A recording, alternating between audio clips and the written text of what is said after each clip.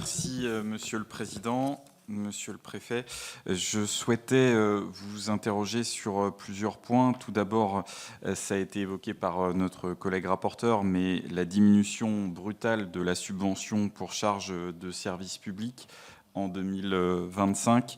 Nous avons eu l'occasion ici de le dénoncer, de proposer en séance des mesures correctives. Comment appréhendez-vous la trajectoire budgétaire avec en ligne de mire l'exercice 2026? Première question. Deuxième question sur le besoin d'ingénierie. Il est évident, en particulier pour les petites communes, celles de moins de 1000 habitants, 25 000 communes dans notre pays. Mais beaucoup d'élus nous remontent qu'ils ont certes besoin d'être accompagnés sur l'ingénierie, mais aujourd'hui, ils veulent surtout pouvoir disposer d'argent pour financer leurs projets. C'est bien cela la priorité. Quand les pouvoirs publics au sens large ne cessent de multiplier les demandes d'études, est-ce que sur le sujet de la coordination avec les autres acteurs, vous avez là aussi des pistes pour simplifier le travail de nos élus, permettre aussi de réaliser des économies, parce qu'on a plein d'exemples en tête les uns et les autres, où une étude pourrait tout à fait suffire pour répondre aux attentes des autres financeurs publics. Deuxième question. Troisième question sur les France Services. Alors c'est un programme porté par l'ANCT, mais qui est financé à près des 2/3 par les collectivités locales. Là aussi, nous sommes nombreux à considérer que ça n'est pas normal. Alors il y a eu des efforts réalisés sur le plan budgétaire ces dernières années par l'État, mais ça n'est évidemment pas suffisant. Comment appréhendez-vous ce renforcement nécessaire du soutien de l'État à ce dispositif qui a fait ses preuves? Et puis, dernière question, en matière de cohésion des territoires, les collectivités régionales jouent un rôle clé.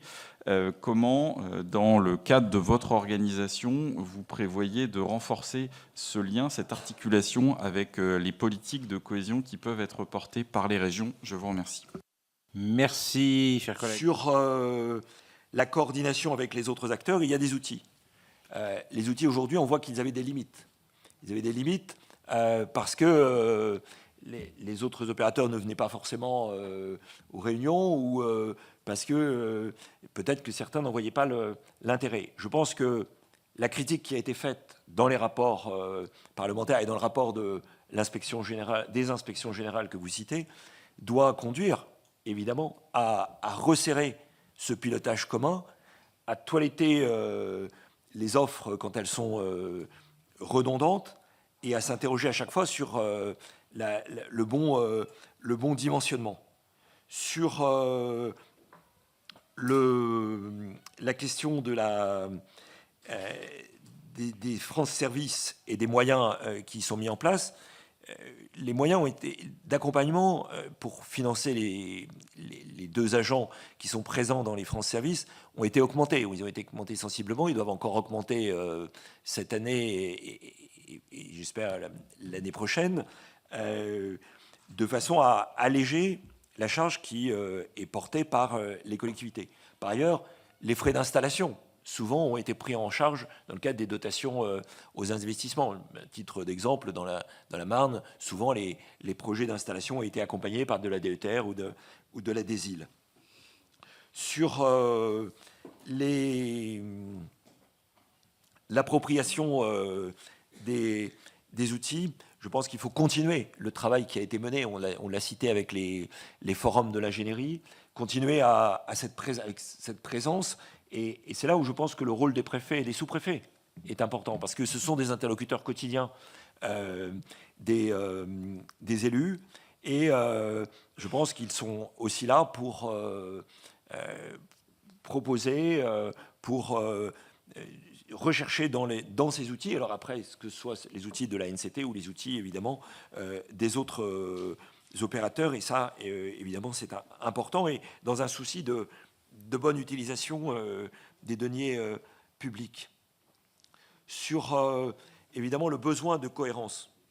Je crois qu'on va avoir bientôt un rapport de la Cour des comptes, dans le rapport public, sur l'aménagement du territoire. Alors, aménagement du territoire, cohésion du territoire. Les deux notions montrent la diversité des approches. Mais évidemment, ce n'est pas à l'agence de concevoir une politique d'aménagement du territoire. Elle est là pour être au service des orientations de la politique publique qui est tracée.